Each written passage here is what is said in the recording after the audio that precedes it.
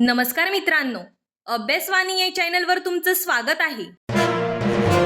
अभ्यासवाणी, रोज अभ्यास रोज प्रगती. या व्हिडिओमध्ये आपण जिल्हा न्यायालयामध्ये 3 नवीन जी आर प्रसिद्ध झाले आहेत. त्या जी आर मध्ये काय माहिती दिलेली आहे ती माहिती आपण पाहणार आहोत आणि तिन्ही जी आरची माहिती आपण पाहणार आहोत. त्याचबरोबर जिल्हा न्यायालय भरती 2026 ची जी नवीन जाहिरात आहे ती कधी येऊ शकते त्या संदर्भात सुद्धा चर्चा करणार आहोत. तर व्हिडिओ शेवटपर्यंत पहा, कारण तिन्ही जी आर कशा संदर्भात आहे ते तुम्हाला व्यवस्थित कळेल. व्हिडिओ शेवटपर्यंत पहा. या व्हिडिओला सर्वांनी लाईक, शेअर आणि सबस्क्राईब करा. तर या ठिकाणी जो पहिला जी आर आहे तो जी आर पहा. ॲक्च्युली हा 5 ऑगस्टला प्रसिद्ध झाला आहे. तर पहिल्या जी आरमध्ये पहा, कुर्डुवाडी तालुका, माड जिल्हा, सोलापूर येथे दिवाणी न्यायालय कनिष्ठ स्तर व न्यायदंडाधिकारी प्रथम वर्ग या न्यायालयाची स्थापना करणे व त्या अनुषंगाने पदे मंजूर करण्याबाबत.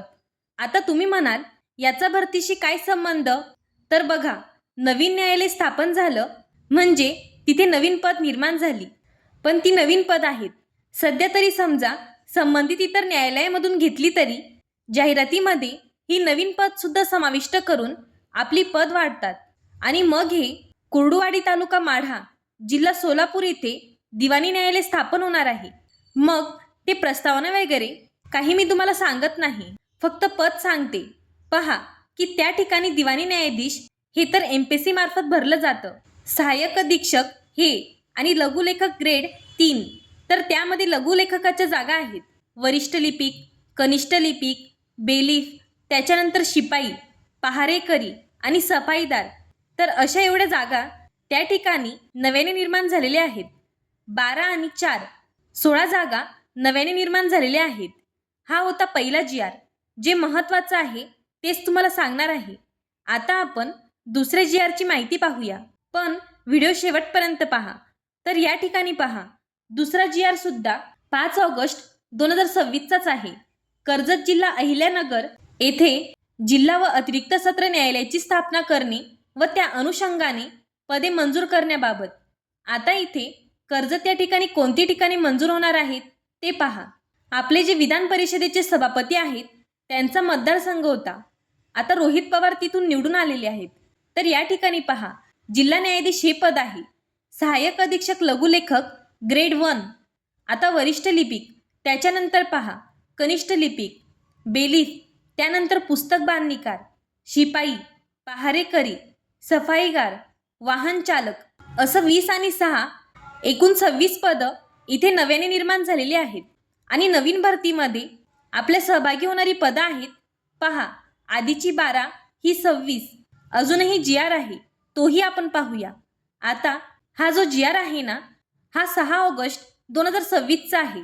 तर याच्यामध्ये आपल्याला काय दिलेलं आहे की अनुसूचित जाती जमाती अत्याचार प्रतिबंध अधिनियम 1989, म्हणजे याला आपण ॲट्रॉसिटी म्हणतो, सुधारित अधिनियम 2015 अंतर्गत दखल प्रकरणे चालवण्याकरिता अहमदनगर म्हणजेच आपलं अहिल्यानगर, परभणी, सोलापूर, नांदेड व यवतमाळ येथे प्रत्येकी 1 याप्रमाणे 5 अनन्य विशेष न्यायालय म्हणजे एक्सक्लुझिव्ह स्पेशल कोर्ट स्थापन करण्याबाबत.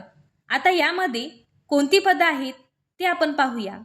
त्याच्यामध्ये जिल्हा न्यायाधीश व अतिरिक्त सत्र न्यायाधीश लघुलेखक ग्रेड 1 अधीक्षक, वरिष्ठ लिपिक, कनिष्ठ लिपिक, बेलीफ, शिपाई, त्याच्यानंतर पण हे शिपाईचे जे पद आहे हे बाह्य यंत्रणेद्वारे भरलं जाणार आहे. पण वरची पदं ही परमनंट असणार आहे. म्हणून वरच्या पदांना पहा, त्यांनी काय केलेलं आहे की त्यांचा ग्रेड पे वगैरे सगळं दिलेलं आहे, पण शिपायाचं दिलेलं नाही, कारण ते कॉन्ट्रॅक्ट बेसवर आहेत. अशी एकूण 9 पदं आहेत आणि एकूण 5 न्यायालयांकरिता नवापाची 45 पदं, म्हणजे सुरुवातीला 12 नंतर 26 आणि नंतर ही 45 एवढी आता नव्याने पदं आपल्या भरतीमध्ये ॲड होतील. त्याच्यामध्ये ही जी फक्त कनिष्ठ लिपिक, शिपाई आणि लघुलेखक, त्याचबरोबर वाहक देखील, पण वाहक पदाचा इथे समावेश नाही. तर शिपाई, लघुलेखक आणि लिपिक या पदांची नवीन जाहिरात येईल. आता राहिला प्रश्न, या जाहिराती कधी येऊ शकतात? तर हे पहा, जी 2023ची भरती होती त्याच्या ज्या याद्या होत्या 2 वर्षांसाठी व्हॅलिड, त्या ऑलमोस्ट आता क्लिअर करत चाललेल्या आहेत. एखाद्या जिल्ह्यामध्ये विद्यार्थ्यांना दुसऱ्या जिल्ह्यात सुद्धा पाठवले, म्हणजे ज्या काही 2 वर्षांच्या याद्या होत्या त्या क्लिअर करत चाललेल्या आहेत आणि त्याचं ऑलमोस्ट काम होत आलेलं आहे. आणि नवीन भरतीच्या संदर्भात न्यायालयाने काम करायला सुरुवात केलेली आहे. त्यामुळे जिल्हा न्यायालयाची लिपिक, शिपाई आणि वाहन चालक या सगळ्या पदांची मोठी जाहिरात लवकरच प्रसिद्ध होणार आहे. त्यामध्ये जे नव्याने न्यायालय निर्माण झालेले आहेत त्या जागांचा समावेश सुद्धा त्यामध्ये असणार आहे. आणि परीक्षा ही TCS मार्फत म्हणजे MPSC मार्फत नाही होणार, हे 100% खरं आहे. TCS मार्फत होईल.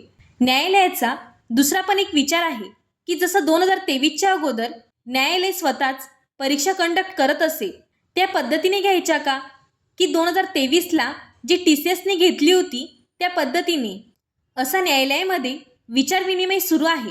परंतु TCS मार्फतच होण्याची शक्यता जास्त आहे.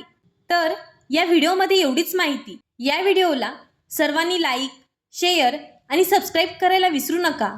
धन्यवाद. अभ्यासवाणी, रोज अभ्यास रोज प्रगती.